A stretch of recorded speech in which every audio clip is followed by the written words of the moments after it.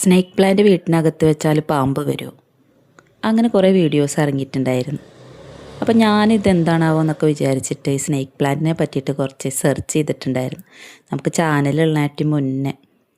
പക്ഷെ നല്ല പ്ലാന്റാണ് കേട്ടോ. അത് വെച്ച് കഴിഞ്ഞാൽ നമ്മുടെ വീടിനകവും പുറവും ഒക്കെ നല്ല ഭംഗിയാണ്. അതിനെക്കാട്ടിലും ഒരുപാട് ഗുണങ്ങളും സ്നേക്ക് പ്ലാന്റിനുണ്ട്.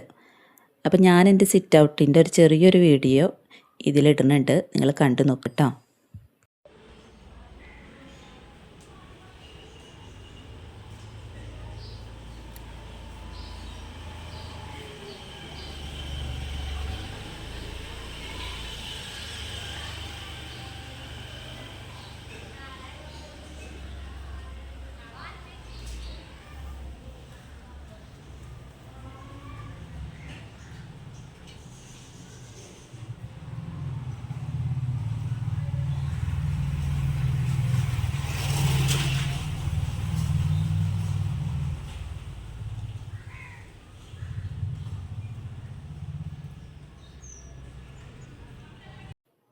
2 വർഷത്തിന് ശേഷം നമ്മുടെ സ്നേക്ക് പ്ലാന്റ് ഇതാ ഏകദേശമൊക്കെ ഒന്ന് വാടി വന്നിട്ടുണ്ട് കേട്ടോ.